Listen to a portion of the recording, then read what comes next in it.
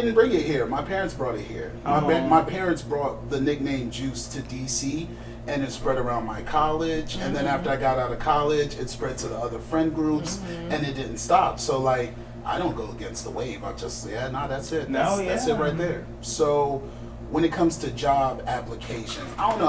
I think I'm a bit weird. I am.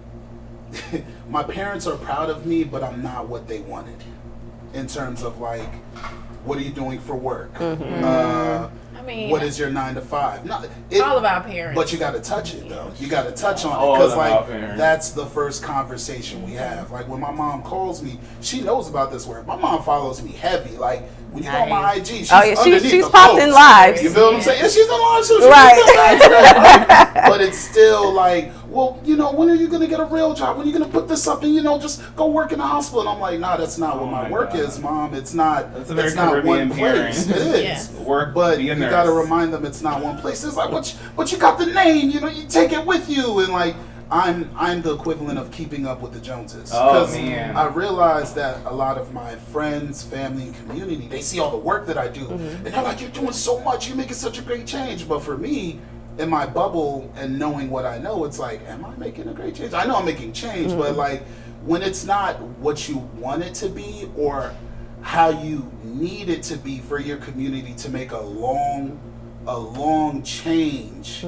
In terms of the blocks falling and following each other, you're kind of just like, it's a start. But it's a start. Most people aren't starting. Right. Yes, Most and people I keep that in mind. I keep that in mind. But when it comes to my name, Dwight Jones, like, I asked my dad, I was like, hey, when it comes to our grandparents, can we have a discussion? He's like, what do you mean? I was like, my name's Dwight.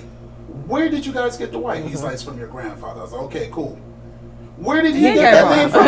In Jamaica. Where did he get that name from? Well, you might have some Welsh connections. What? Welsh? The same with Bradley. I'm like, where did Bradley come from? And he swears it's his father's name, who I've never met because he died. And that's the stories. That's the stories for us. And then it's like, we're in Jamaica. We're in like St. Catherine was like there a Bradley at. Like I'm always like, okay, whatever. Yeah. So we're always curious, but when it comes to the scrutiny of getting a job, I don't think we go through what a lot of people with other names go through at all. Yeah, they see a Bradley, they see a Dwight, and when we show up, as long as we get the scripts right, all right, they see they're good. Yeah. Yeah. And the scrutiny for you guys is probably way different. And I think about that. Like, I think when people mispronounce people's names on purpose, I think about, that's the biggest form of microaggression. When people change your name to something short for themselves because they're like, it's easier, I don't need to work on it. And it's like, all right, well, what do I do on the inside or outside? Like, do I act blackety black or do I just like make it happen for them? Like, hey, there's this better opportunity here. I go to the blackety black. I'm like, it's Bradley. Yeah. But then you take it a step further because I'm big and black. I'm not just black. I'm like, you can see me 3 blocks away. Oh, that's Juice walking. How you know it's his walk? Yeah. You feel me? Yeah. So like, I know that my words have more impact than my size because I'm expected to beat the shit out of people. I am. A lot of jobs have reached out. Juice, we'd love to have you for security. Now I'm a manager. I manage Velvet. It's like, but you pay me correctly and give me the right position. And then it's like, okay, that's it. Yeah. So the name is important. Like the struggle you guys may have gone through, that doesn't take away from it. I keep that in mind. But we're so much more than just the names that we're given. Yes. Yeah. I wholeheartedly agree with that. Because I've been through quite a few of them. You said something really interesting that I wanted to just hear everyone's response to. Paying you with your worth. It takes, oh my goodness. So just being a DJ, I was like, I still have imposter syndrome, so I still don't know how to price myself. But now I'm getting to the point where this is my baseline, and if you can't afford it, then just let me know when there's a bigger budget. Like, COVID has made me not rely on DJing so much. So if I'm doing a gig, it's because I truly want to do it.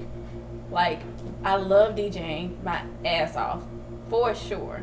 But you're not about to risk my life for $50 an hour. You got me fucked up. Period. But just like you getting rid of that imposter syndrome and knowing what you're worth, like that's what everybody should strive to do. And like that number that you come up with, multiply it by 3. Because I love giving out outlandish numbers. Like negotiating, you're gonna have to talk me down. Tell me why I don't deserve this. If you can't talk me down, then my number is my number. Yeah. That's it. Yeah. Yeah. Anybody want to add to that? You know, we could add to that. This is all to add. It's so funny. I was most recently watching like a short YouTube documentary about a stripper named Miyoki from Tampa. And she really made me think about it because she's like, yo, I can make... Is this her voice? Yeah, she was like, I can make $16,000 in an hour. Why would I go home for less than that with somebody from the club? Like, if you can't afford that. Now, I'm not saying I'm charging $16,000 for any of my services, but what I'm saying is like, yo, I know what I make at work now.